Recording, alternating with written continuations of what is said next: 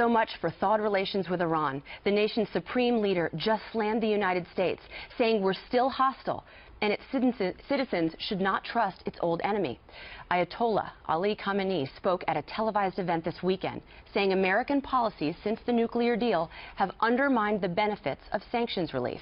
This, as we're learning Iran's Revolutionary Guard reportedly plans to build a statue of the 10 American sailors it captured in January, saying it would become a, quote, tourist attraction. But at APEC last night, Vice President Joe Biden tried to reassure the audience about Iran. Watch.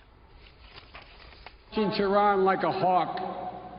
Under this agreement, Iran will never be allowed to preserve nuclear weapons. Never, never, never. If Iran violates the deal, the United States will act. The United States will act. I want to go to you first on this, Melissa. Just the money expert. We flooded their coffers with money that they can use to fund terrorism. No surprise that they're snubbing our nose in it. But the statue, I mean, a statue commemorating the humiliation of America and our U.S. Navy that John Kerry thanked them for.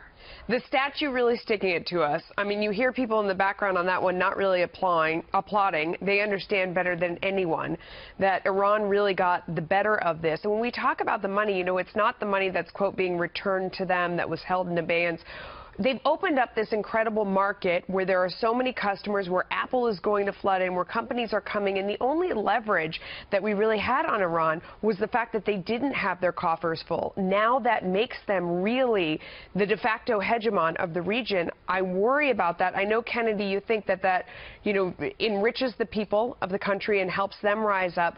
Again, I hope so, but you know for sure that the government is very wealthy now, and that makes me quite nervous. No, I think that that history shows that when you have economic freedom, people are lifted out of poverty and hopefully tyranny. I mean, this is a different kind of tyranny that we're used to seeing. Yeah. Obviously, you know, it's not the World War II axis of evil kind. This is authoritarian Muslim rule. You know, this is a form of Islam that is so oppressive, and we have to figure out the best way to extricate the people from that philosophy. And it seems like the best way to do that is through economic freedom. I agree with Kennedy. And the form of Islam that she's talking about is what's practiced by the guy on the screen right there. It's not what is practiced by the young professionals, the young people, the business class, the entrepreneurs who eventually will achieve a little bit more freedom and a little bit more wealth as a result of this. Having said that, both Hillary Clinton or Joe Biden, whichever of them is the Democratic nominee, is going to have to defend this agreement, and it is enormously unpopular.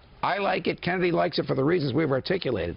I don't think the public likes it. But, Judge, so a lion's share of the people in Iran are under the age of 35, and they tried to rise up. They tried to speak out in 2009 in the Green Revolution. Harris, the administration, was nowhere to be found to support that. And those side deals that the judge just mentioned, they were supposed to go through Congress. That hasn't happened yet. Where is Congress demanding to, one, see the side deals, and two, demand who gave our U.S. Navy a stand-down order in an obvious position of weapons dominance? Wow, there's a lot to unpack there. So I want to start with 2009. Secretary of State Hillary Clinton taking a lot of criticism for why we didn't shore up the young people in the streets of Iranian cities back then when they were having their revolution of rising up and having their voices be heard. So that's the first part of it. You know, as you move forward in all of this with the deal, the reason that the side deals are so important, I think, are less about money and more about the promises. So did we tell these people that y'all can act a fool and erect statues and mistreat our people, just don't harm a hair on their head, but you can make us look like we've capitulated on our knees, and we'll understand that that's propaganda? I'm really curious about those side deals, because those things can be said and they can happen. And then the third question that you ask, just simply about the stand-down order. In all of my reporting, and all of us here at Fox, I know we've been asking, I can't speak for everybody because there'll be some who are having conversations that we don't know about, I hope, off the record.